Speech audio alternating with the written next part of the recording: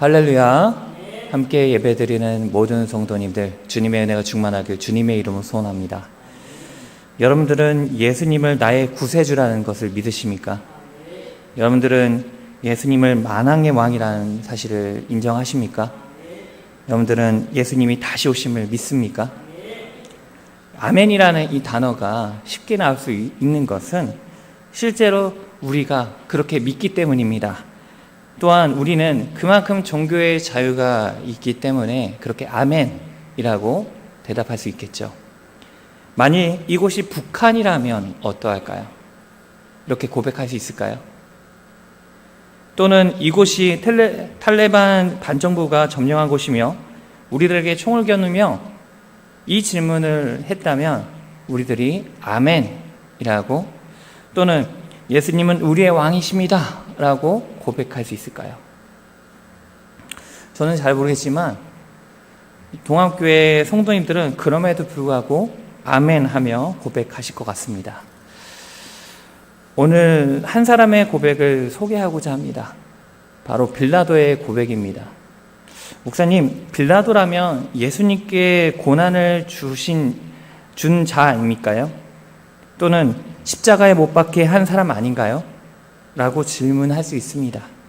그 질문에 맞습니다 라고 답해 드릴 수 있습니다. 그런데 제가 요한복음 19장 말씀을 통해서 빌라도가 어떠한 고백을 하는데요, 이 고백을 통해서 우리가 묵상해야 할 부분이 있다는 사실을 저분들이 좀 공유하고자 오늘 말씀을 나눠봤습니다. 오늘 말씀을 통해서 한번 살펴보도록 하겠습니다. 빌라도의 첫 번째 고백은요, 예수님은 죄가 없으시다입니다. 다시 한번 제가 고백하겠습니다. 예수님은 죄가 없으시다. 빌라도의 고백입니다.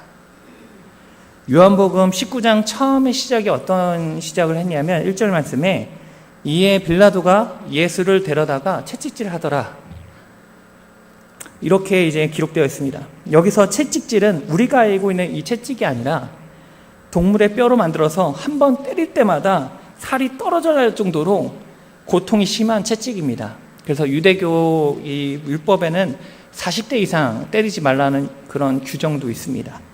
왜냐하면 채찍질 하다가 진짜 죽을 수 있기 때문이죠. 채찍질은 사형만큼 심한 형벌이었어요.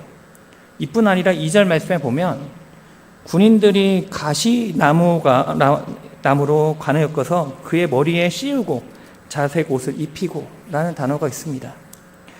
머리에 가시 면류관을 씌웠으면 정말 죽을 수 있는 형벌 중에 하나이죠. 빌라도는 거의 죽을 정도로 예수님을 고문합니다. 빌라도는 그렇게 예수님을 고문하고 난 뒤에 그를 사람들에게 보내며 이런 얘기를 해요. 4절 말씀에 빌라도가 다시 밖으로 나아가 말하되 보라, 이 사람을 데리고 너에게로 나오니 이는 내가 그에게서 아무 죄도 찾지 못한 것을 너에게 알게 하려 함이로다. 죄가 없다고 하는데 빌라도는 왜 예수님을 고문했을까요? 요한복음 18장 말씀에 보면 빌라도가 예수님을 신문하죠. 대화합니다. 그런데 이제 빌라도는 대화하면 대화할수록 예수님이 죄가 없으시다는 것을 알았어요. 근데 이제 빌라도는 어떻게든 이제 예수님을 풀어주고 싶었어요. 그런데 유대인들이 예수님을 풀어주는 것을 완곡히 거절하자 빌라도는 기발한 아이디어가 떠올랐죠. 뭐냐면 유월절에 죄인 둘 중에 한 사람을 놓아주는 전례가 있었습니다.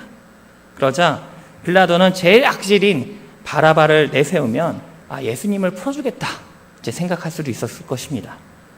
그런데 빌라도의 생각을 다르게 유대인들은 예수님이 아니라 바라바를 풀어주죠. 그래서 바라바를 풀어주고 바라바에게 하려던 고문을 예수님께 한 것입니다. 이에 빌라도는 죄가 없으신 예수님께 채찍질하고 가시면류관을 씌워도 죄가 없다는 사실을 알았기에 이 정도로만 고문했으면 됐다, 좀 풀어주라 라고 유대인에게 제안을 한 거죠. 나는 그에게서 아무런 죄를 발견할 수 없다 라고 이야기합니다. 여러분, 이때 당시 로마법은요, 죄 없는 자를 함부로 대하지 않아요. 지금도 법조계에서 연구하며 인정할 정도로 로마법이 잘 구성되어 있습니다. 그런데 빌라도가 계속해서 죄가 없다고 하는데 예수님께 채찍질하고 가시면류관을 씌웠다는 것입니다. 빌라도는 이 정도 했으면 유대인들이 풀어줄 것이라고 생각했던 것입니다. 그래서 빌라도는 예수님께 고난을 준 다음에 죄가 없다라고 이야기한 것입니다. 그런데 유대인들은 십자가에 못 박으라고 소리 지르죠. 빌라도는 말하죠. 죄가 없는데 어떻게 십자가에 못 박겠느냐. 이럴 거면 너희가 친히 데려가서 십자가에 못 박으면 되지 않을 거냐라고 말합니다. 유대인들은 말합니다. 이 사람이 왜 죄가 없습니까? 이 사람은 자신이 하나님의 아들이라고 말한 신성모독죄를 저질렀으니 십자가에 못 박게 하여 주옵소서라고 요청하죠. 빌라도는 하나님의 아들이라는 이 단어를 듣고 더욱 두려워합니다. 성경에도 두려워한다고 써 있어요. 그래서 빌라도는 예수님을 더욱더 풀어주려고 예수님께 설득하죠. 내가 너를 놓아줄 권한도 있고 풀어줄 권한도 있지, 십자가에 못 박힐 권한도 있지 않냐. 그걸 모르냐라고 말하자 예수님은 이렇게 말합니다. 해야 할 권한이 위에서 주지 않으면 나를 해야 할 수 없다. 오히려 내게 넘겨준 자의 죄는 더 크다라고 말씀하십니다. 이 말을 들은 빌라도는 예수님을 풀어주려고 했습니다. 빌라도는 권력력에 있는 사람이지만 예수님이 죄가 없다는 사실을 깨닫습니다. 대화하면 대화할수록, 들으면 들을수록 예수님은 어떤 특별한 분이시구나, 죄가 없으신 분이라는 것을 더욱더 분명하게 드러납니다. 그래서 빌라도는 이 두 번째 고백을 하는데요. 어떤 고백이냐면 예수님은 유대인의 왕이다. 이렇게 고백합니다. 빌라도는 예수님을 지칭할 때 자칭이라는 단어를 쓰지 않았나요? 14절의 말씀을 보면 유대인들에게 이르되 보라 너희 왕이로다. 19절 말씀을 보면 빌라도가 패를 써서 십자가 위에 붙이니 나사렛 예수 유대인의 왕이라 기록되었더라. 이 기록되었을 때 이 당시에 어떤 언어로 썼냐면 히브리어, 로마어, 헬라어로 썼다는 거예요. 히브리어는 유대인들이 쓰는 언어이고 헬라어와 로마어는 그때 당시 로마 시대의 공통어였어요. 그러니 유대인들은 화가 납니다. 어떻게 왜 명패 자칭이라는 이 단어가 빼고 왜 유대인의 왕이라고 썼냐라고 항의합니다. 그러자 빌라도가 대답하죠. 내가 쓸 것을 썼다. 빌라도는 자신의 권위가 무너질 수 있는 상황에서도요, 예수님은 유대인의 왕이라는 고백을 바꾸지 않았어요. 유대인들의 항의가 있을 때 빌라도가 어쩔 수 없이 들어준 것도 많았지만 빌라도는 예수님이 유대인의 왕이라는 고백을 바꾸지 않았습니다. 유대인들이 기대하고 소망하는 이 메시아가 이 땅에 왔는데요, 알아보지도 못하고 오히려 빌라도가 알아봤어요. 유대인들은 자신이 소망했던 예수님이 오셨는데 그 말을 듣지 않고 빌라도가 예수님의 말에 귀 기울이기 시작했다는 거예요. 끝까지 믿었는지는 잘 모르겠지만 이때 당시에는 이 사람이 메시아인지 뭔지 모르겠지만 특별한 분이라는 것은 확실히 알았습니다. 예수님은 죄가 없으신데 우리의 죄를 담당하신 분, 예수님은 우리의 왕이 되신 분이라는 것을 우리는 고백하고 있나요? 그런데 이렇게 고백하는 기독교인들 중에 미신을 쫓아다니는 그런 분도 계시다는 겁니다. 예수님을 구주라고 고백하면서도 하는 행동은 세상 사람들보다 더 악하게 행동하는 사람들이 있다는 사실입니다. 오히려 점을 보시는 분들 중에서도 손님에게 점집에 오지 말고 교회로 가라라고 하는 분도 계시대요. 어떤 믿지 않은 강사가 친한 친구가 이제 울면서 얘기를 했대요. 우리 남편이 사업도 망하고 이렇게 이제 고백을 했을 때 그 믿지 않은 강사가 그러면 종교를 믿어. 근처 교회로 가서 기도해봐. 그럼 마음이 풀려질 거야. 그래서 그 전화를 받은 그 사람이 그 교회로 가서 집사 안수를 받았대요. 그리고 마음이 편해졌대요. 여러분들, 오히려 기독교가 아닌 사람들이 기독교에 가라. 예수님이 있다. 평안을 얻을 것이다. 라고 고백하는 사람들이 있다는 사실이에요.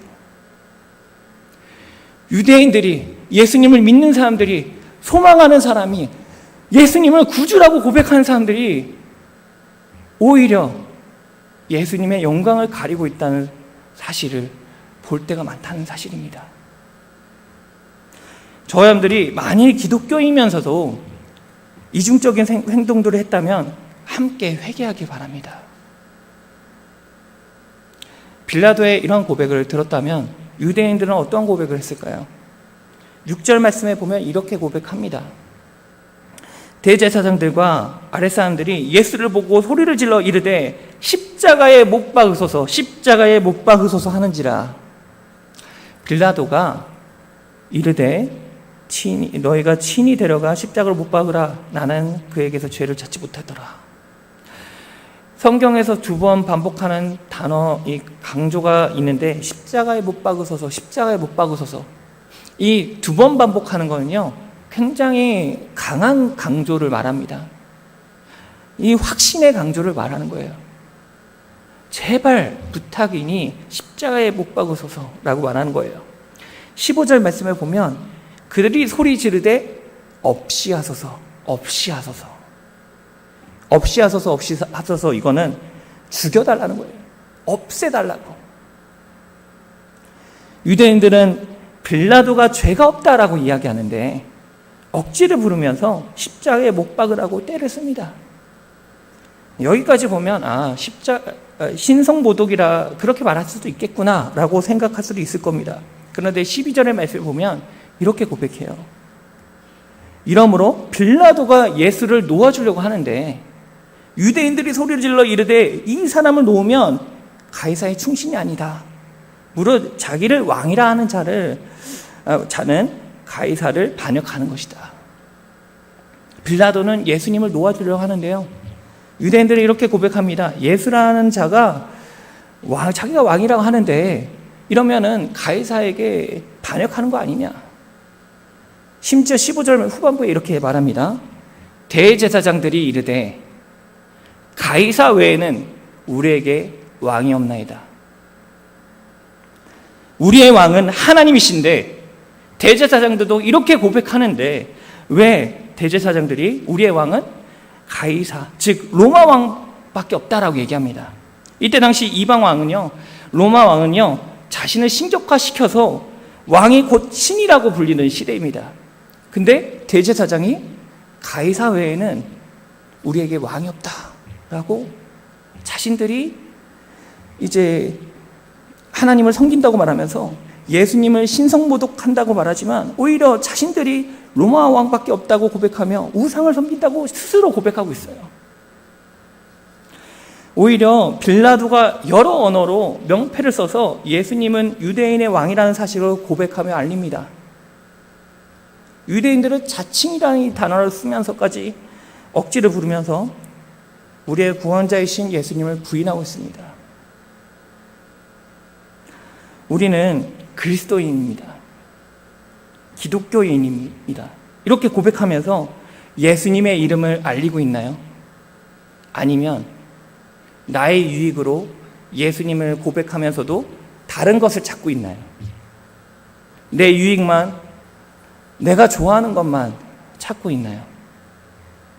예수님을 믿는 사람입니다 라고 고백하지만 세상 사람들보다 더 악하게 행하여서 예수님의 이름을 가리고 있진 않은가요? 저와 여러분들이 예수님의 이름을 알리길 원합니다. 예수님의 이름을 널리 알려 영광 돌리길 바랍니다.